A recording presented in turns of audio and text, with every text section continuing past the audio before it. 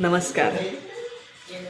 राहू शततारका नक्षत्रामध्ये आल्यापासून मी तुम्हाला राहूच्या प्रत्येक हालचालीची अपडेट देत आहे. आता राहू शततारका नक्षत्राच्या दुसऱ्या चरणाकडे प्रवेश करत आहे. शततारका नक्षत्राच्या तिसऱ्या चरणामध्ये तो जास्त कालावधीसाठी थांबतोय. याच्यात खूप काही रहस्य उघडे पडणार आहेत. 20 मार्चपर्यंत मोठ्या राजकीय नेत्याचे किंवा एखाद्या अभिनेत्याचे अफेअर्स उघडे पडू शकतात.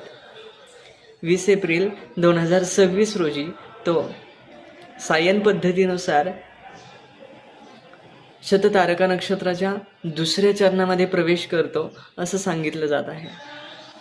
तर तो शततारका नक्षत्राच्या दुसऱ्या चरणात गेल्यानंतर काय कळेल, तर शततारका नक्षत्राच्या दुसऱ्या चरणात राहू गेल्यानंतर शेअर मार्केटचा अंदाज चुकणार आहे. शेअर मार्केट अचानक खूप जास्त वाढणार आहे. शेअर मार्केटची प्रगती जास्त वाढणार आहे. त्याचबरोबर जगातील एखाद्या देशात महत्त्वाच्या घटना घडताना दिसतील, जसे की जपान, जर्मनी, इंग्लंड किंवा अमेरिका अशा देशांच्या राष्ट्राध्यक्षांचे राजीनामे घेताना जनता दिसेल. पाकिस्तानमध्ये गोळ्या झाडणे, आत्मघाती हमले होणे, तसेच एखादा पूर्व पंतप्रधान पुन्हा त्याच्या पदावर येण्याचे योग सध्या संभवतात. राज्यामध्ये काय होणार आहे, तर आपल्या महाराष्ट्र राज्यामध्ये नवीन गुंतवणुकी वाढतील, परंतु राज्यातील एखाद्या जिल्ह्याला भूकंपाचा धोका संभवतो. त्याचबरोबर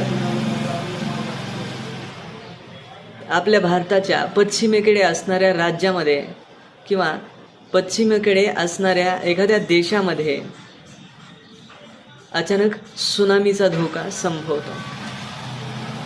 भूकंपाच्या प्रभावाने आलेली सुनामी जास्तीत जास्त संभवते. त्याचबरोबर साधारण जनतेवर करण्यात येणारा गोळीबार सध्या चर्चेत असेल. 20 एप्रिल 2026 नंतर या घटना घडण्याची शक्यता आहे. राहूचे शततारका नक्षत्राच्या दुसऱ्या चरणात जाणे शेअर मार्केटमध्ये प्रगती घडवेल, परंतु काही मनाला त्रास देणाऱ्या सुद्धा घटना नक्कीच घडवेल. AI मध्ये गुगलचा लवकरच नवीन एखादा अपडेट आपल्याला आश्चर्यचकित करू शकतो.